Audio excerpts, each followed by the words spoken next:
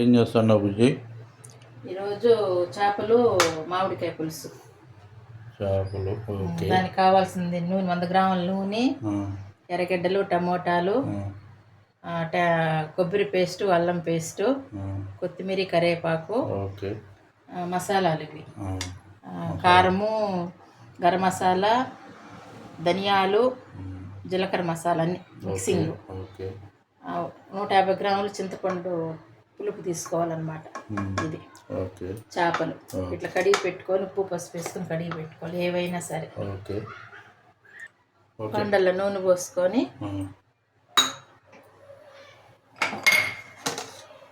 కాగనిచ్చి ఎర్రగడ్డలు, మెంతులు కూడా మెంతులు కొన్ని, కరివేపాకు వాడాలి.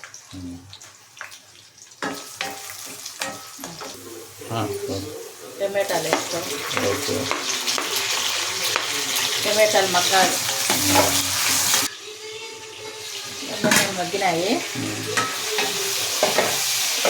మగ్గినాక కొంతమంది ముందే వేసుకుంటారు అల్లం పేస్టు. నేను టమాటాలు వేసినాక వేగినాక ఏమంటే టమాటాలు మళ్ళీ వేగవు, అందువల్ల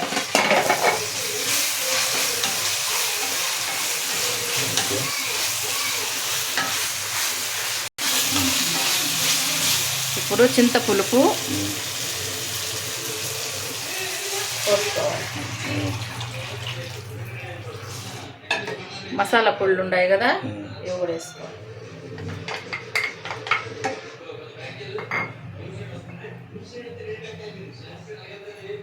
తగినంత ఉప్పు, చాలకపోతే వేసుకోవచ్చు. కారం అవన్నీ చూసి వేసుకోండి. వాటర్,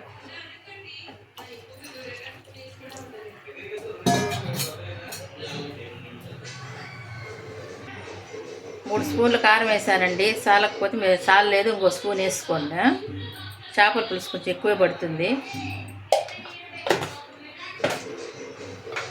అంతే అండి. ఉడకనిచ్చి కొంచెం చిక్కబడినాక చేపలు వేసుకోవాలి. వెళ్ళింది. ఇప్పుడు కొద్దిగా మామిడికాయలు వేసి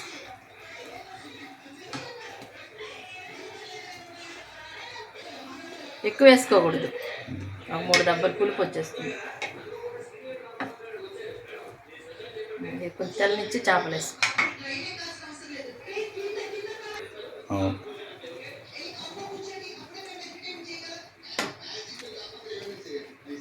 ఇవి గిరిగేంది చేపలండి, బాగుంటాయి, ఫ్రెష్గా ఉన్నాయి. బతికిన చేపలు, ఐస్ చేపలు కాదు.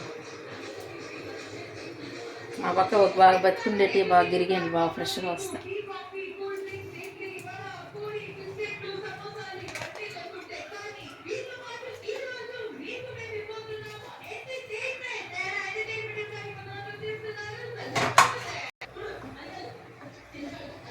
కొంచెం బాగా ఉడకాలండి.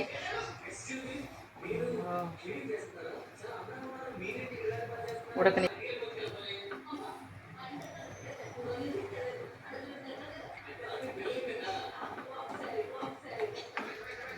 ఉడకాలి. ఓకే.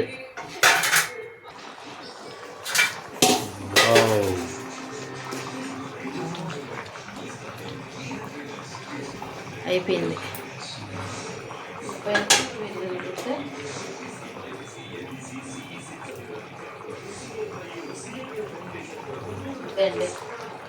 చాలా నైస్గా ఉంటుంది. దీంట్లో బాగుంటుంది.